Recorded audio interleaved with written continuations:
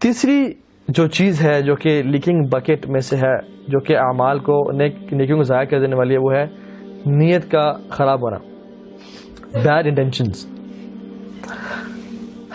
سب سے پہلی جو حدیث اکثر احادیث کی کتاب میں لکھی جاتی ہے وہ کیا ہے؟ انما الاعمال بالنیات۔ یہ دین کا ایک بہت بڑا حصہ ہے، انما الاعمال بالنیات، کہ نیکیوں کا دار و مدار نیتوں پہ ہے۔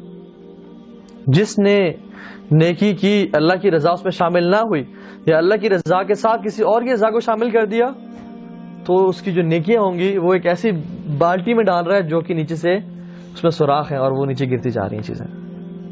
تو کون سے 3 شخص ہوں گے جن کو جہنم میں شروع میں ڈالا جائے گا؟ 3 کیٹیگری کے لوگ ہوں گے، ایک شہید ہوگا، ایک غنی ہوگا، اور ایک قاری یا عالم ہوگا۔ کتنے بڑے بڑے چوٹی کے اعمال ہیں، یہ کتنے بڑے بڑے ایکشنز ہیں۔ شہید آپ کو پتہ ہے جہاد اسلام کی چوٹی ہے اور بہت اجر ہے اس کا، لیکن جب قیامت دن آئے گا اور اللہ تعالیٰ اس کو بلائیں گے، ہاں جی کیا کیا میرے لیے؟ کہ اللہ میں نے اپنا جان بھی اور مال بھی قربان کر دیا آپ کی رضا کے لیے۔ اللہ کہیں کذبت، تو نے جھوٹ بولا، تو نے تو اس لیے کیا تھا کہ تجھے واہ واہ مل جائے، لوگ کہیں کہ کیا دلیر انسان تھا، کیا بہادر شخص تھا، وہ تجھے مل گئی تو منہ کے بل گھسیٹ کے اس جہنم میں ڈالا جائے گا اس کو۔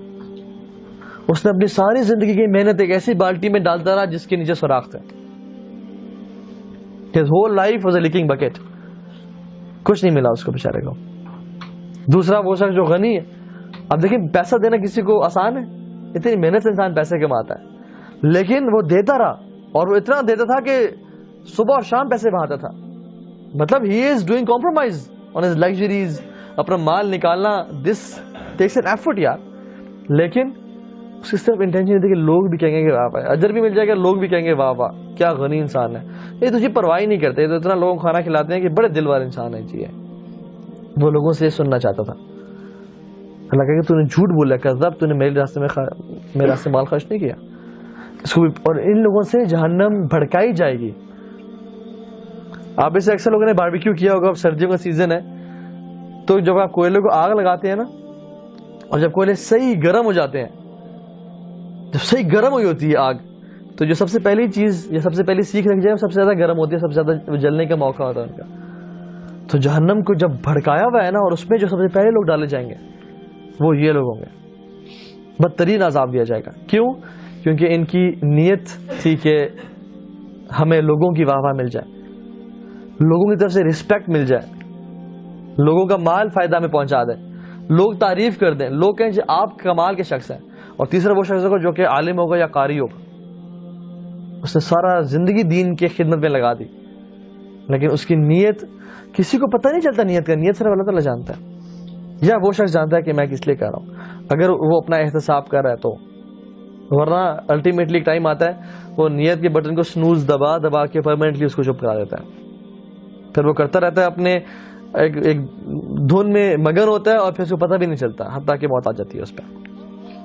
تو ہمیشہ اپنا احتساب، میں جو عمل کر رہا ہوں، آپ کو پتہ ہے انسان اگر صرف اللہ کی رضا کے لیے عمل کرے نا، تو لوگوں کی طرف سے رسپانس اور وہ چیز مل جاتا ہے، لیکن وہ رضا وہ چیز نہیں ہونی چاہیے۔ فار ایگزامپل کوئی بھی نیک عمل ہے، اگر صرف خالص اللہ کی رضا کے لیے کرے نا، تو اللہ تعالیٰ جس سے راضی ہوتے ہیں لوگوں کے دلوں میں محبت اس کے لیے ڈالتے ہیں اس بندے کے لیے۔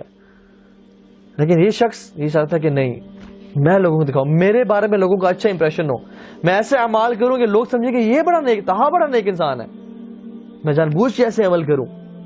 یہ چیز کوئی فائدہ نہیں ہے، ایسے بالٹی میں ڈالے جا رہے ہیں جس میں جیسی چیز ڈلی واپس نکل آئی، and I have zero rewards۔ امام ابو حنیفہ رحمہ اللہ ایک دفعہ اپنے اسٹوڈنٹس کے ساتھ گزر رہے تھے، تو ان کے اسٹوڈنٹس نا شیڈ میں کھڑے، دھوپ تھی تو وہ شیڈ میں ایک گھر کے سائے کے نیچے کھڑے ہو گئے، تو امام صاحب دھوپ میں کھڑے ہو گئے، تو انہوں نے کہا کہ آپ سائے میں کیوں نہیں آ رہے، آپ آ جائیں کھڑے ہو جائیں۔